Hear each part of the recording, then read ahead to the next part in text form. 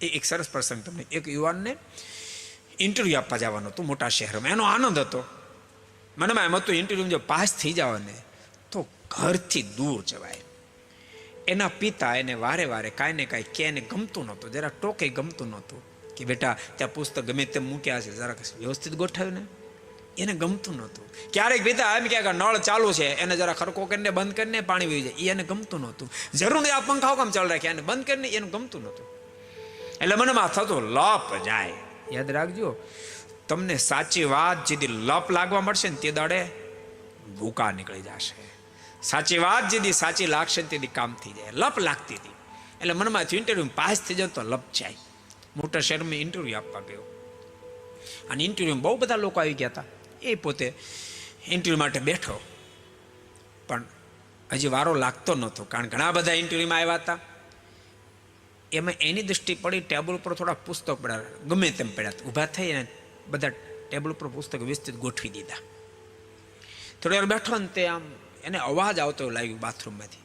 જરાક અંતર જરાક આમ જરા જઈને જોયું તો નળ ચાલુ હતો, થોડો ખોલેલો. એને નળ બંધ કરી દીધો.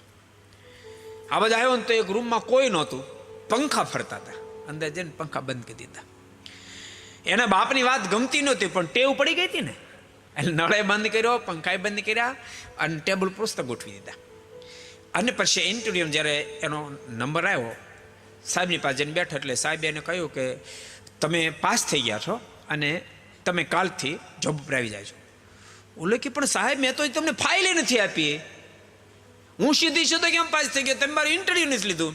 ત્યારે સાહેબ કહે છે કે અમે પેપરમાં જે એડ આપી એ જ પ્રમાણે તમારી ફાઇલ છે તો તમે આ ઇન્ટરવ્યુ આપવા માટે આવ્યા હો, માટે મારે ફાઇલ નથી જોવી. પણ અહીંયા 60 માણસો બેઠા હતા, કોઈને ખ્યાલ ન આવ્યો કે આ પુસ્તક ગમે તેમ વ્યસ્ત વ્યસ્ત પડ્યા ગોઠવું, તમે ગોઠવા. અમે જોયું, અમે જોતા હતા. બાથરૂમમાં નળ ચાલુ હતો ને કોઈને ખબર ન પડે કે બાથરૂમ નળ બંધ કરીએ, તમે બંધ કરો, અમે જોતા હતા. અને ઓલા રૂમમાં પંખા ચાલુ તો બીજાને ખબર ન પડી, તમે જૈન પંખા બંધ કરી અમે જોતા હતા. આવો પ્રેક્ટિકલ માણસ અમને ક્યાં મળે, માટે તમને અમે સિલેક્ટ કરી લીધા છે. को पसंद आया हो तो लाइक करें और शेयर करना मत भूलिए.